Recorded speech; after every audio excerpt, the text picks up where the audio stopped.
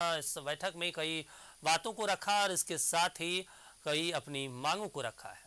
और बढ़ते हैं अगली खबर की ओर। रविवार को देश को नया संसद भवन मिल जाएगा। पीएम मोदी इसका उद्घाटन करेंगे, लेकिन उद्घाटन से पहले बाइकॉट की पॉलिटिक्स जारी है। कांग्रेस, जेएमएम समेत 19 विपक्षी दलों ने उद्घाटन समारोह का बहिष्कार करने का ऐलान किया। हालांकि एनडीए में शामिल तमाम दल के अलावा भी कई बड़े विपक्षी दल इस ऐतिहासिक पल के गवाह बनेंगे।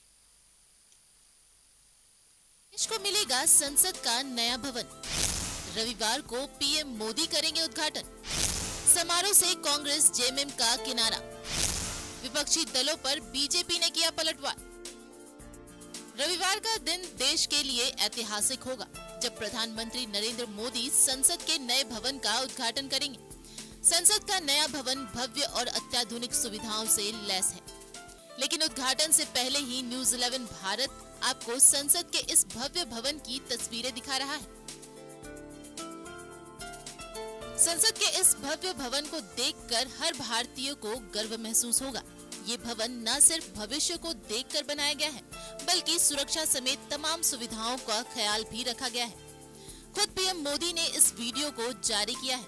अब संसद के नए भवन की खासियत भी जान लीजिए। अत्याधुनिक सुविधाओं से लैस है नया संसद भवन। सेंट्रल विस्टा परियोजना के तहत संसद भवन का निर्माण। नए संसद भवन में लोकसभा के 888 सांसदों के बैठने की व्यवस्था, राज्यसभा के 300 सांसदों के बैठने की व्यवस्था, दोनों सदनों की संयुक्त बैठक में 1280 सांसदों के बैठने की व्यवस्था, भारत की लोकतांत्रिक विरासत को देखने के लिए भव्य संविधान हॉल, संसद सदस्यों के लिए लाउंज, लाइब्रेरी, समिति कक्ष, कैंटीन, पार्किंग की सुविधा। नए संसद भवन के 3 मेन गेट, ज्ञान द्वार, शक्ति द्वार और कर्म द्वार। संसद भवन के कैंपस 64,500 वर्ग मीटर में फैला हुआ है। संसद का ये नया भवन हर भारतीय को गौरवान्वित करेगा, लेकिन कांग्रेस, जेएमएम समेत 19 विपक्षी दलों ने संसद के नए भवन के उद्घाटन समारोह का बहिष्कार करने का ऐलान किया है। ये संसद के नए भवन का उद्घाटन प्रधानमंत्री द्वारा किए जाने का विरोध कर रहे हैं। इन विपक्षी दलों ने राष्ट्रपति द्रौपदी मुर्मू से संसद के नए भवन का उद्घाटन कराने की मांग कर रहे हैं। साथ ही उनका कहना है कि नए संसद भवन का उद्घाटन राष्ट्रपति द्रौपदी मुर्मू से नहीं कराना देश और राष्ट्रपति का अपमान है। सीएम हेमंत सोरेन ने कहा है कि मान सम्मान का हर कोई भूखा रहता है। मान सम्मान का हर कोई भूखा होता है।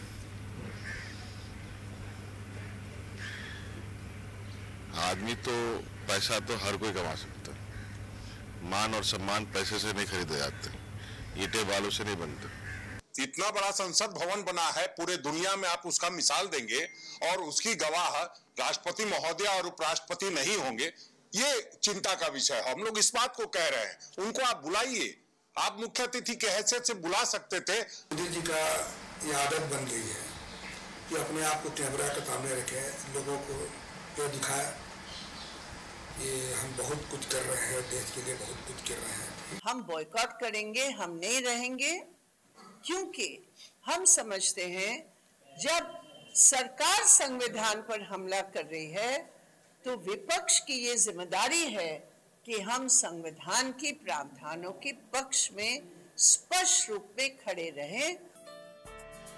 जिन दलों ने उद्घाटन समारोह के बहिष्कार का ऐलान किया है, उनमें JMM, Congress, Trinamool Congress, NCP, RJD, JDU, DMK, आप, भारतीय कम्युनिस्ट पार्टी समेत 19 दल शामिल हैं, जबकि एनडीए के साथ कई विपक्षी दल भी इस ऐतिहासिक पल के गवाह बनेंगे। उद्घाटन समारोह में एनडीए में शामिल तमाम दलों के अलावा Biju Janata Dal, Telugu Desam party, BSP, YSR Congress, Akali Dal समेत कई बड़ी पार्टियां शामिल हैं। बीजेपी ने उद्घाटन समारोह का विरोध करने वाले दलों पर पलटवार किया है। झारखंड बीजेपी ने खासकर जेएमएम और कांग्रेस पर निशाना साधा है। देश को पहला आदिवासी राष्ट्रपति इसी भारतीय जनता पार्टी की सरकार ने दिया है। महत्व नहीं दिया जा रहा है, ये कहने वाले लोगों को थोड़ा अपने भी हरकतों पे ध्यान देना चाहिए। जब 2019 में यहाँ कांग्रेस जेएमएम की सरकार बनी थी, तो आज जो राष्ट्रपति हैं वही श्रीमती द्रौपदी मुर्मू मैडम यहाँ की राज्यपाल हुआ करती थी, और उनके राज्यपाल रहते कई महीने इन्होंने यहाँ शासन किया। इन्होंने उस समय कितनी बार कितना महत्व दिया, वो आंकड़े एक बार आप देखेंगे तो इनकी नीयत आपको स्पष्ट हो जाएगी। संसद भवन के उद्घाटन के खिलाफ सुप्रीम कोर्ट में एक याचिका भी दायर की गई थी, जिसे सुप्रीम कोर्ट ने खारिज कर दिया। साथ ही याचिका दायर करने वाले को फटकार भी लगाई। वहीं राष्ट्रपति के अपमान की बात कह संसद के नए भवन के उद्घाटन समारोह का विरोध करने वाली पार्टियों पर बीजेपी ने निशाना साधा है और पूछा है कि अगर आदिवासी राष्ट्रपति का इतना ही ख्याल था तो भी राष्ट्रपति चुनाव में द्रौपदी मुर्मू के खिलाफ उम्मीदवार क्यों उतारे थे। बहरहाल इस आरोप प्रत्यारोप के बीच रविवार की सुबह करीब 8 बजे से उद्घाटन समारोह शुरू होगा। शंकराचार्य और जाने माने पंडितों की मौजूदगी में पूरे विधि विधान से संसद के नए भवन का उद्घाटन होगा। इस मौके पर पीएम मोदी 75 रुपए का सिक्का और डाक टिकट भी जारी करेंगे। Bureau report, news 11 Bharat. और इस पर ज्यादा जानकारी के लिए हमारे साथ हमारे दो सहयोगी जुड़े हुए हैं। दिल्ली से अमर और रांची से हमारे सहयोगी राजेश जुड़े हुए हैं। सबसे पहले हम अमर से पूछना चाहेंगे कि अमर, कल पूरा देश इतिहास बने, ये पूरे भारत में एक इतिहास के रूप में नए संसद भवन का जो उद्घाटन होना है, पूरा देश टेलीविजन के माध्यम से तमाम अलग अलग माध्यमों से देखेगा। लेकिन जैसा कहते हैं कि भारत में हर एक मुद्दों पर राजनीति होती है, अब नए संसद भवन को लेकर भी राजनीति हो रही है। कांग्रेस और तमाम विपक्षी दल इसका बायकॉट कर रहे हैं। अमर,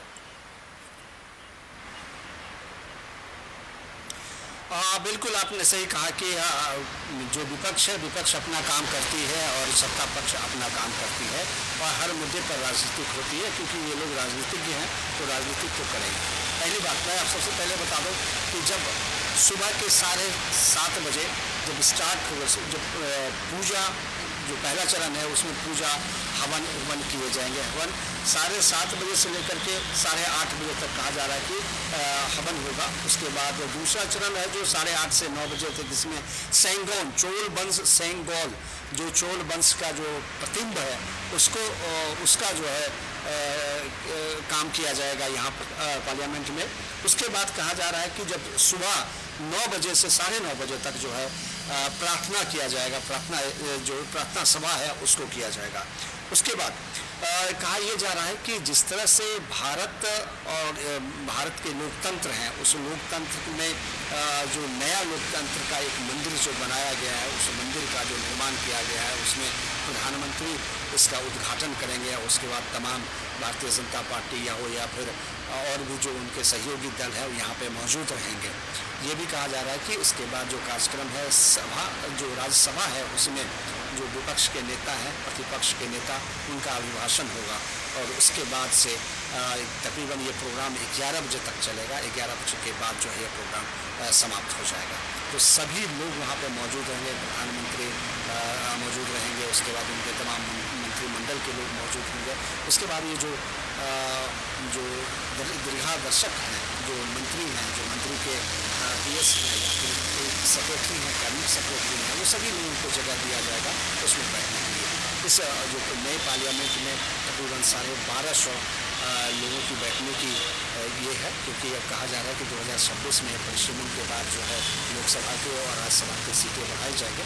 इसको देखते हुए नया जो बैठने की जो कतार है उसमें सीटें बढ़ा दी गई है, कि ताकि जब नए सांसद या फिर परिसीमन में नए सीट बनाए जाएंगे अलग से, तो उसको बैठने की जगह होनी चाहिए।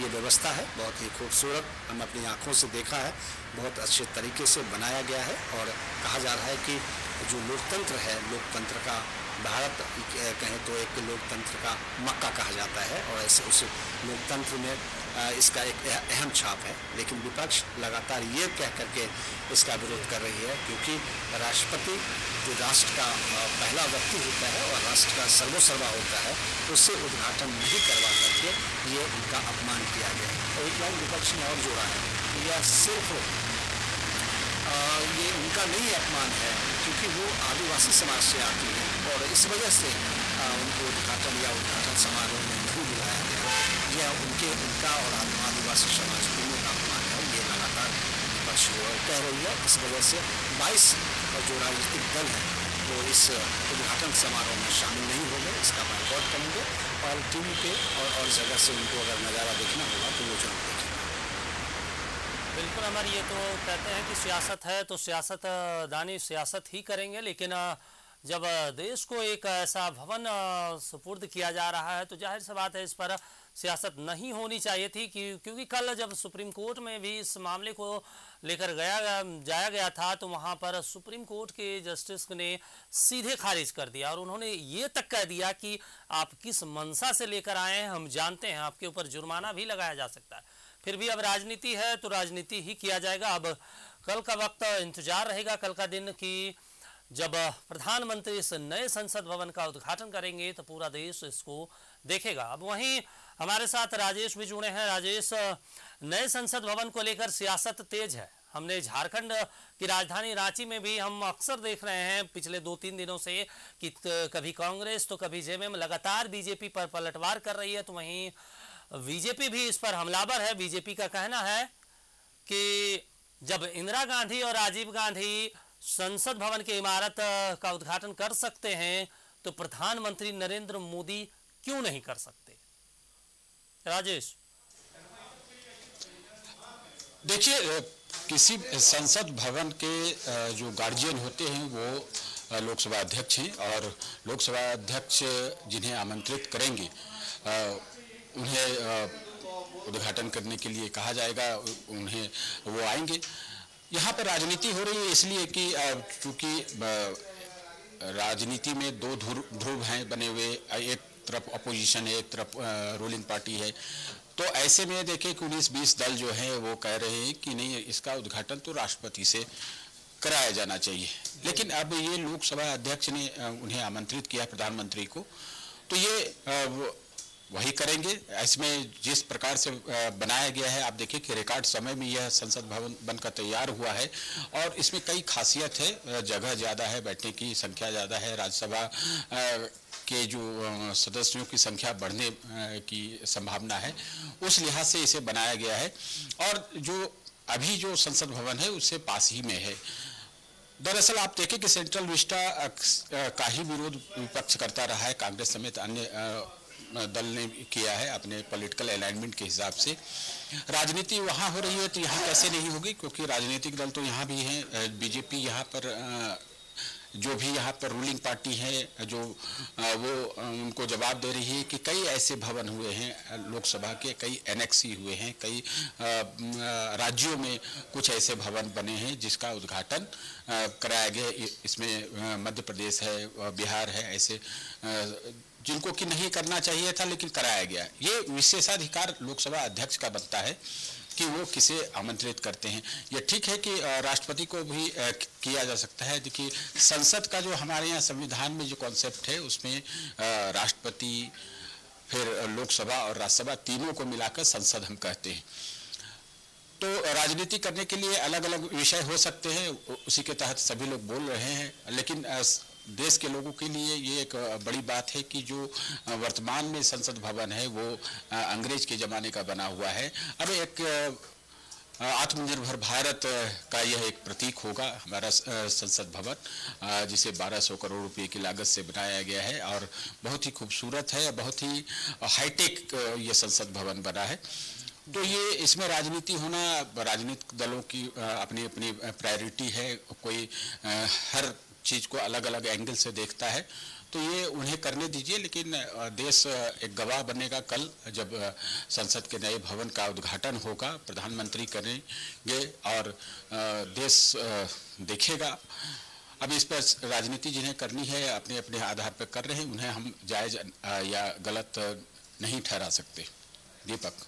बिल्कुल राजेश, लेकिन एक और बात है कि राजनीति करना है बिल्कुल कीजिए, लेकिन जब कल सुप्रीम कोर्ट में भी इस बात को लेकर याचिकाकर्ता एक याचिका दायर की थी तो सुप्रीम कोर्ट ने कह दिया कि आप किस मंशा से आए हैं हम जानते हैं, आपको कोई अधिकार नहीं है कि आप किसी को मना करें या फिर आपके इच्छानुसार काम हो।